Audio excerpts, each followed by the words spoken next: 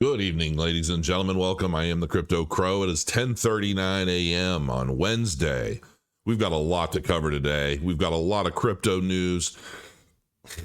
It's going to be a big day. Let's get to the quick disclaimer. If it's bull or bear, I don't care. It's quite a rough ride, just like life. But I'm kind of patient, 'cause only time will tell. All right, ladies and gentlemen, welcome. We're going to be talking a lot about the market today and ultimately what's going on. I'm seeing a lot of questions on Twitter. Crow, what do you think is going to happen with the price? Are we going lower? Did we hit a bottom? I'm going to tell you right now, I don't think the bottom is in yet. 15.5 was not the bottom, in my humble opinion. Anything over $10,000 is likely not going to be the bottom. Now, anything could happen in crypto. It's crazy, but there's so much going on. There's so much contagion happening. We're going to cover some of the stuff today. Let's go ahead and get right on to it. Arthur Hayes is ready to buy Bitcoin at $10,000. Now, I've been saying for quite a while now that I could see somewhere around 9,600. Arthur Hayes is the BitMEX CEO. As reported by you today, Hayes correctly predicted the Bitcoin price would plunge to $15,000 on November 8th. Back then, the largest cryptocurrency was changing hands above 19 grand. On November 9th, Bitcoin collapsed to $15,623, the lowest level since November of 2020. So a year already, 2 years. Fundstrat recently made a similar forecast predicting that the world's largest cryptocurrency could drop back into four-digit territory.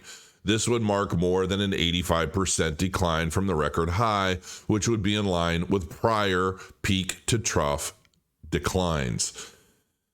And that's what I'm saying. And I've shown on my charts endless number of times at this point that, to get a full pullback, that lines up with all previous cycles. I mean, we're looking at least 10,000, and before we officially hit a bottom. And anybody that's trying to say, "Oh, the bottom is in," and they're starting that hoopla again, like they did at 17.5, they're just trying to get you hopium and get your views. I mean, it's like, to each their own. Everybody could use some good news, but I just think when it comes to this stuff, given what we've seen. Now, granted, they're going to be newcomers to YouTube, and I know there are many newcomers to the YouTube space that are all full of hopium and pipe dreams, and we've all been there. We've all started there, but many of us have learned a great many valuable lessons in the crypto space since 2017 and beyond. And I also want to say that there's a reason why so many that came before even me, a lot of people call me an OG in crypto now. Well, that may be true, but there are many others who came before me who never really did YouTube. A lot of these guys and gals were buying up Bitcoin at $100 at one point. And it's also one of the reasons why they're Bitcoin maximalists, because the sentiment is, listen, even for me, as somebody who started off investigating and researching every kind of crypto project out there, looking for those 1000x gains, I've learned that the vast majority of them are garbage. I used to give Tone Vays a lot of hate. Not a lot of hate. I never hated him, but I used to give him a lot of crap, I guess you could say, about his Bitcoin maximalist perception of all crypto. And my big line has been, Bitcoin is king, altcoins are key, right? And that a lot of the transactional volume and such that goes in and out of altcoins ultimately helps to pump Bitcoin's price. And so it's all of these new use cases and these new technologies, new blockchains and things that ultimately help the cryptocurrency space grow on a mass scale, because, you've got gaming and NFTs and DeFi and all these other dApps. And all of these are basically conjuring newcomers to the crypto space by garnering the attention of individuals based off of what these use cases are and what their personal interests are, which ultimately funnels back into Bitcoin. And so Bitcoin's only real use case is store value and speculation. Let's be real. I mean, it doesn't really do much else. There are no smart contracts. There's no glitz and glam or smoke and mirrors or anything. It's pretty simple technology, given where technology has risen. So, that being said, I understand why it's easier for a lot of these guys and gals who came before us to be Bitcoin maximalists when you see so many altcoins in the market basically just take nosedives into nothingness, ultimately to disappear along with everyone's money that they had acquired through, ICOs or whatever other means. So to each their own, but I still believe wholeheartedly in altcoins, but I'm definitely a proponent primarily of layer one technology over dApps, DeFi apps, exchanges, things like that, because a lot of these seem to come and go as the space has been ironing out the wrinkles, of which, FTX is one. So 100,000 Ethereum longs close on Bitfinex. It's not funny, but it's just, when is Bitfinex ever, I'm shocked that they still even exist. Whatever, people still use it. I don't get it. It is what it is. Ethereum longs on Bitfinex saw a sudden plunge on Tuesday, and it was all within just 1 minute. Oh, man. I'm sorry. At 6:08 UTC, total longs on Ethereum went from 228,000 Ethereum to 114,000 as someone closed a position that clearly amounted to half of all longs. I don't even know why I'm cracking up at this. It's just so insane. And I'm just going to move on. I mean, now I would never use Bitfinex personally, but to each their own. Some people are just degenerate and they just love I don't know. Circle yield is reduced to 0. Gemini earn paused as Genesis Contagion spreads. Genesis powered yield platforms across the crypto industry. Oh boy. Circle, Gemini, Luno, and Hut 8 mining. Oh, wow. I haven't yawned on camera in a while. Are among major crypto companies with exposure to digital currency prime broker Genesis, which has halted customer redemptions and new loan originations within its lending division as the fallout of FTX's collapse continues. Genesis partnered with Luno in August of 2020, saying at the time it would enable interest-bearing products customized for the Luno community.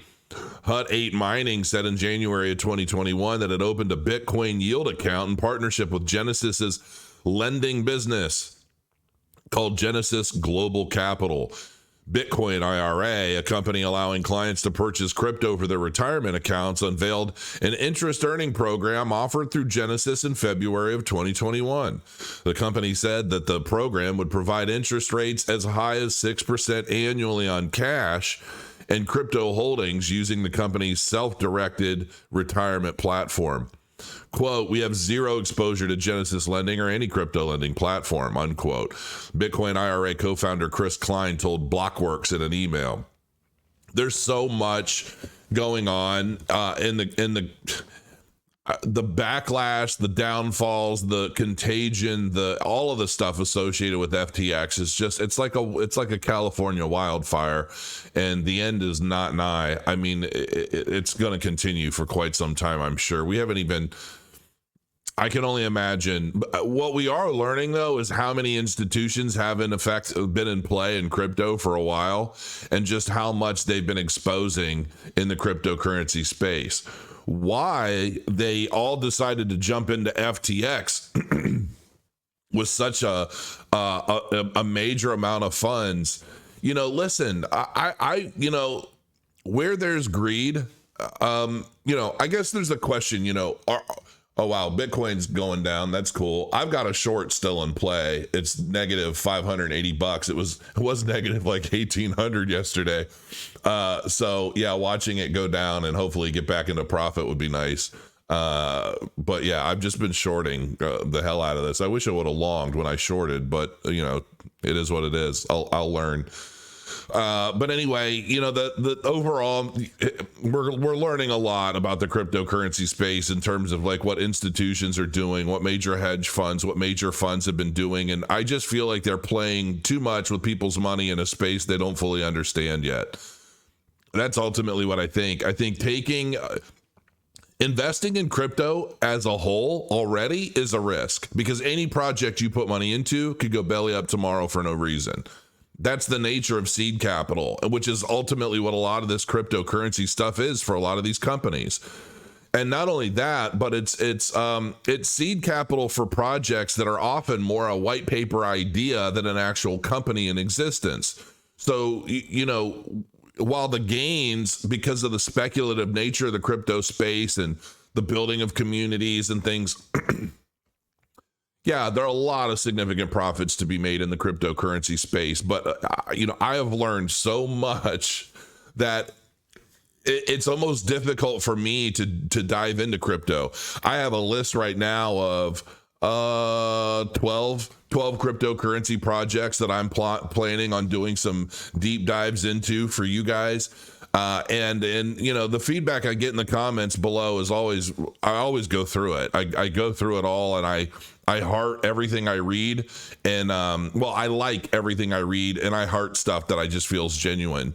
So, I don't know. The stuff is it's just going to keep getting worse, and it's not really freaking me out. A lot of people are like, oh, is crypto dead? Crypto's not dead. This is just a shakeout. This is a shakeout and a major, major learning experience for everybody. It was a lot of it structured, orchestrated, staged for political gains or I don't know. I really don't know. But the more I see SBF talk, the more I realize what a tool he was.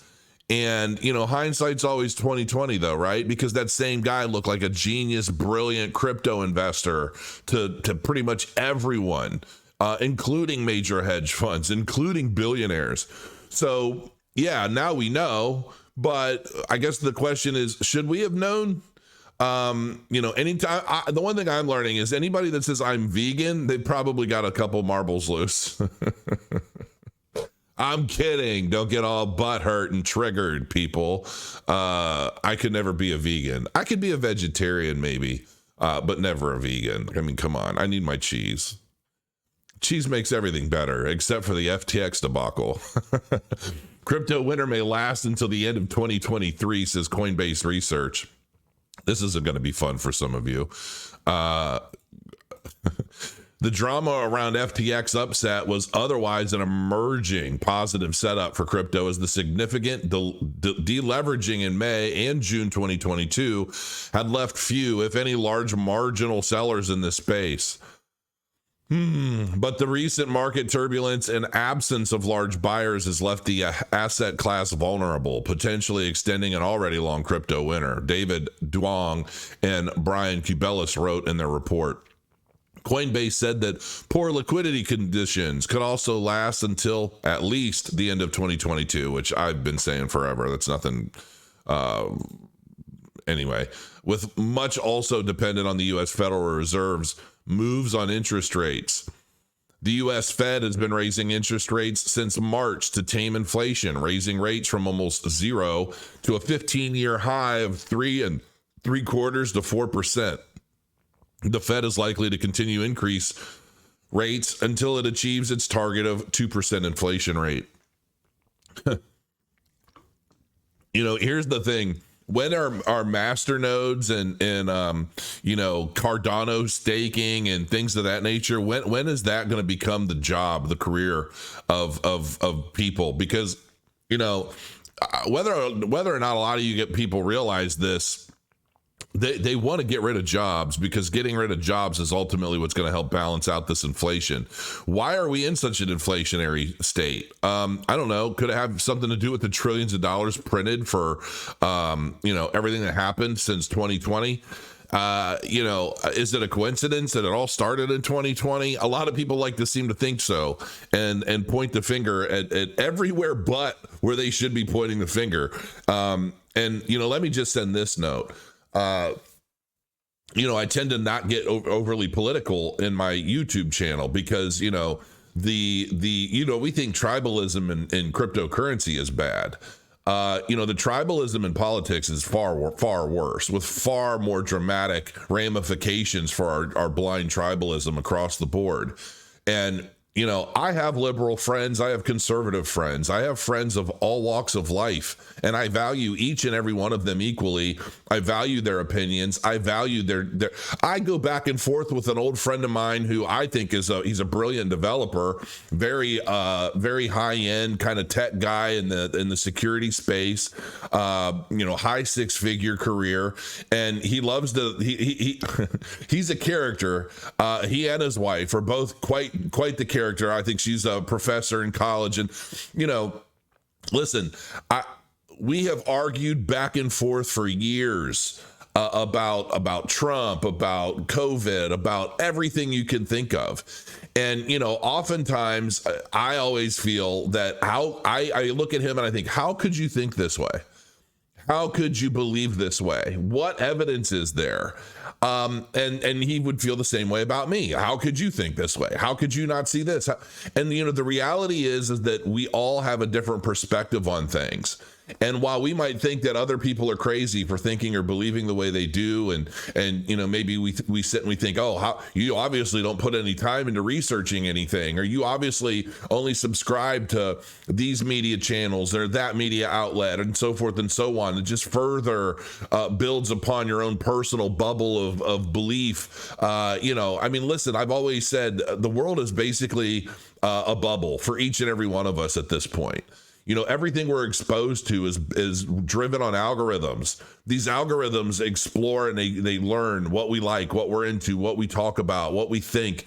And then they feed us content and information to further propel that belief system, whatever it may be. And it's honestly a way that media, social media, and politics keeps us divided. And I don't know what it's going to take to bring the world together. I guess my point is that, I'll post things sometimes on Twitter, and I'll make a comment or whatever, and it's absolutely what I think. And of course I see, people that I would consider to be on the left, making snide comments, and, and it's like, to me, when I see that kind of thing, to some degree, I feel bad. I not hurt, but I feel bad. I feel bad because I can tell by so many of the comments made that a lot of these people are just absolutely blind. Like, they are not putting in any time to understand what's going on in the world around them. They, oftentimes they're headline readers that, they've established their entire personal narrative based off of headlines, not actual facts, or, but not a lot of these people, they don't dive any deeper than the first 3 lines of any article. And it's sad that so many people can have such a strong conviction about things with only 2% of the actual total picture. Even the FTX narrative, even the FTX story, this whole Sam Bankman-Fried, all of this stuff, there is so much more under the surface of a lot of this, and some of it has begun to come out. And what I've also noticed is that a lot of this FTX and like political connections and donations and so forth and so on, where did it come out first? I don't know if you guys realize this, but it came out on Fox first. And when I talk to a lot of people and I reference anything on Fox, they say, oh, well, that's made up, that's garbage, that's all propaganda, none of that stuff on there is true. Is it, or is that really how we're programmed to think? Are we programmed in some way, shape, or form to believe that the other side is always making up lies? In either way. And because what I've noticed, because I try to pay attention to both sides to get the full story, and then I put what I believe is pertinent together and connect the dots on my own. And while I do definitely feel like there's a lot of misleading going on one side or the other, to completely ignore one side of any given argument is basically to leave yourself in a constant state of ignorance. And through unity, we're able to learn from one another. And I really can't stress enough that I don't care who you are. I don't care what your political stances are. I don't care if you think I'm crazy. I don't care if you think I'm spouting whatever. There's an obvious narrative being built across all platforms, across all media. There is obviously an agenda going on, and you can either choose to play a role in that, or you can try to prevent any harm to you from it, and better prepare for what is likely coming down the pipe. And that's the role I choose to prefer. The role I prefer. I want to be informed and educated, and I may not run around all over the place screaming what I believe from the rooftops, because my perception is my reality. It may very well be different than yours. We've all grown up different lives, different lifestyles. We look at different information. And I guess all I'm really saying in this little ramble is we really do need to stop judging each other for our political beliefs and start communicating with one another as to why. And if you're in a discussion with somebody and you can't back up claims that you make boldly and proudly with such conviction, maybe it's best you just be quiet and listen for a while, because it's obvious you don't have a real solid foundation from which you've derived your perceptions, and trying to push that perception onto other people is probably doing as much a disservice as what you're claiming to defend against. So, it's time we all start working together. And as a matter of fact, on an off note, I just saw a video put out on Twitter by the guys that I was kind of poking some fun at in a recent Cardano video, where, they're calling Cardano a scam and this and that. And then I posted a little video of like a few moments later, and it shows how he's like promoting something that basically went under and he's crying and he's really upset. And I almost cut that out of the video before I put it, because it typically is not my way. But these guys have been really, really hard on Cardano for so long. I'm like, you know what? Screw it, man. Like, they totally deserve it. And sure enough, last night I watched a video where the same gentleman basically said, you know what? I think I was wrong about Cardano. There's a lot of stuff that I wasn't paying attention to. I bought into a narrative, and I retweeted it. I'm like, listen, we can all grow together. That's basically what this is all about. That's what a big part of what Cardano is all about, growing together. You don't see Charles Hoskinson out putting out AMAs talking trash about Ergo or Algorand or whatever. Like he's a proponent of a lot of this stuff. He likes a lot of this stuff, and he offers to work with a lot of these companies, not in competition, but to work in unity, to build a greater ecosystem overall for everyone on a global scale.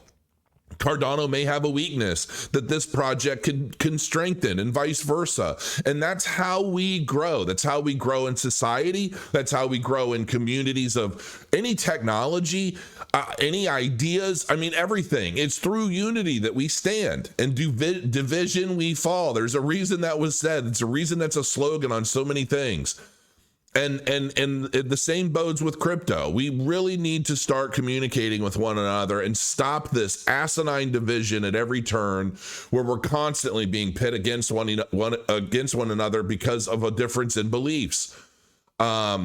So anyway, stablecoin dominance has risen to a very high 18% of total crypto market cap, which dropped to $800 billion as of November 12th. And it's funny how it's dropped to $800 billion, given that how long ago was it that we almost wondered, like, if the crypto market cap would ever reach 1 trillion, and how amazing that would be, and how we've surpassed that. This next bull cycle, I believe, is going to be significantly higher. The report also noted that the industry is likely to see second-order effects following the FTX tobacco, as more information emerges on which crypto businesses have exposure to FTX or Alameda. Stock market drags Bitcoin price further south. Will the trend continue?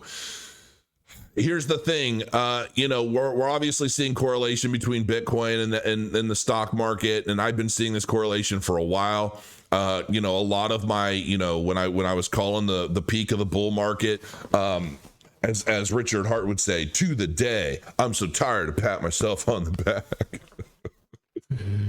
I like to pat myself on the back for not only calling the peak of the market, but calling a double peak with more to come, another peak to come. Who else did that? Nobody. But I also credited that prediction because I'm always right sometimes. And I need to get a t-shirt that says this. I'm always right sometimes. Yeah, because of the NASDAQ 2003, if you just bar pattern those charts over Bitcoin around the same time frame, not same time frame, but like where the peaks and ebbs and flows and all that stuff is, you line it up, it matches almost perfectly, but you have to condense like a 10-year cycle down to a 4-year cycle, and then boom, voila, it's almost identical. Go figure. And so, well, I see these correlations, and now it's being mapped out to correlate with the S&P 500. Yeah, I think that's happening for a while, and it's going to continue to happen likely until the next market peak. Why? Because Bitcoin's use is still limited. That's all there is to it. The cryptocurrency market as a whole is still limited. The use case adoption has not. Listen, if we want the cryptocurrency market to completely disconnect from what goes on in the traditional markets, well, there's two things that I see happening. One, which is what I think is less likely, is the use case adoption, the mainstream adoption grows so much that we're all using these cryptocurrencies under the radar, under the circuitry of all of the apps and devices that we use every day. And there's just a consistent, steady flow of transactional volume through use, not just speculation, at which point I believe that will continue to keep the market up, right?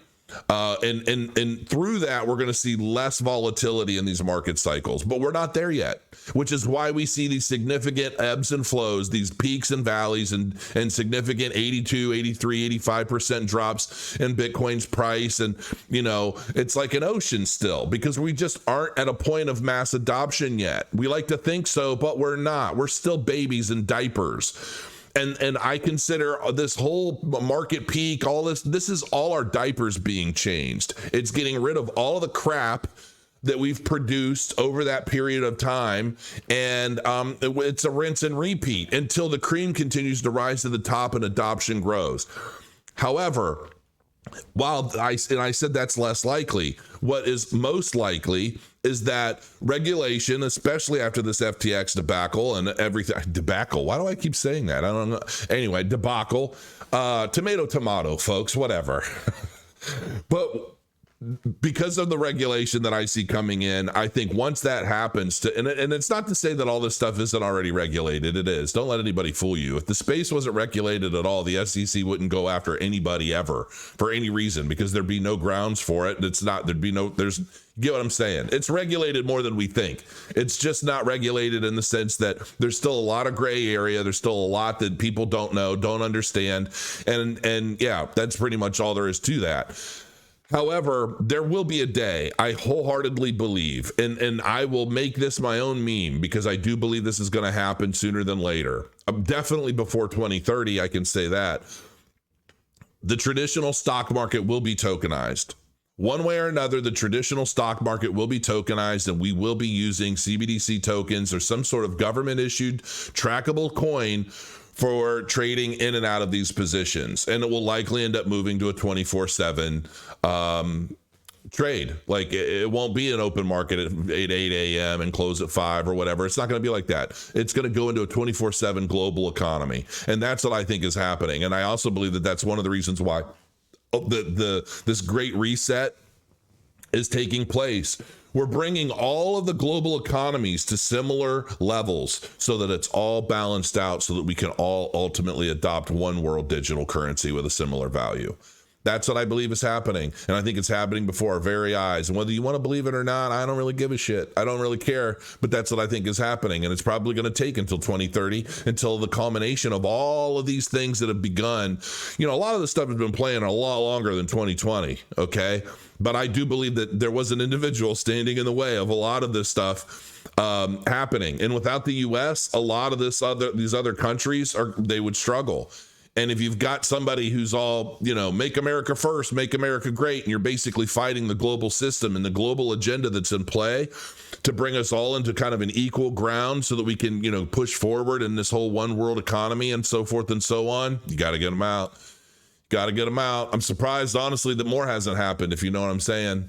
You can't have somebody like that in their eyes standing in the way of everything that you've got. All of these people on a global level, from politicians to economists to everybody else, working and planning and infiltrating different forms of different places, government all over the world. And this is all the stuff that they say. This is stuff that comes right off of their website. If you don't know what I'm talking about, it's 3 letters. I just think that this is all playing into this. And at some point, all of this stuff will be tokenized, and we're not going to worry about correlation anymore, because it's all going to be a part of the same market, just a different vector, a different vertical. You're going to have traditional stocks, and then you're going to have crypto, and it's all going to be tokenized one way or another. So FTX and Bankman-Fried sued an $11 billion consumer client class action suit. Investors have formally sued Trouble at FTX Currency Exchange alongside former CEO Sam Bankman-Fried for losses incurred by unsophisticated investors. The consumer class action lawsuit worth $11 billion has been filed before a Florida court over alleged violation of yield-bearing crypto accounts. That's the thing, man. When the stuff he was doing with the people's money is insane. I mean, insane.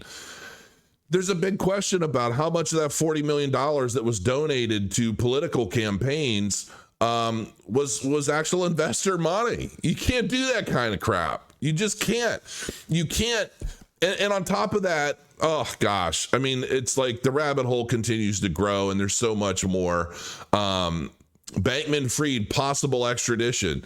The lawsuit comes amid increasing reports over the possible extradition of Sam Bankman-Fried from the Bahamas to the U.S. to face interrogations over his role in the FTX collapse. I am truly curious whether or not he is going to become the ultimate fall guy for a lot of this stuff, or if somehow he's gonna, like, what's gonna happen. I mean, I'm real curious, because I've been hearing little birds tweeting, not even tweeting, but I've been hearing little birds talk about some of the people involved in this. And I mean, they have a tendency of just going away. And if I were Sam Bankman-Fried, I would be highly, highly concerned. And, I don't know, man. I mean, you play with these people and I don't know if his screw up was intentional. I don't know if it was all orchestrated to play out the way it has and the time frames that it has, or if there was just a lot going on and he wasn't as bright as everybody thought he was, and he slipped up and people caught wind and it just escalated from there, and now it's all out in the open. And so, let's just observe the fallout. So anyway, this is a 32-minute video. A lot of it's because of my little ramble. Sorry, I didn't want it to go this long, but hopefully at least you've been a little mildly entertained for a half an hour.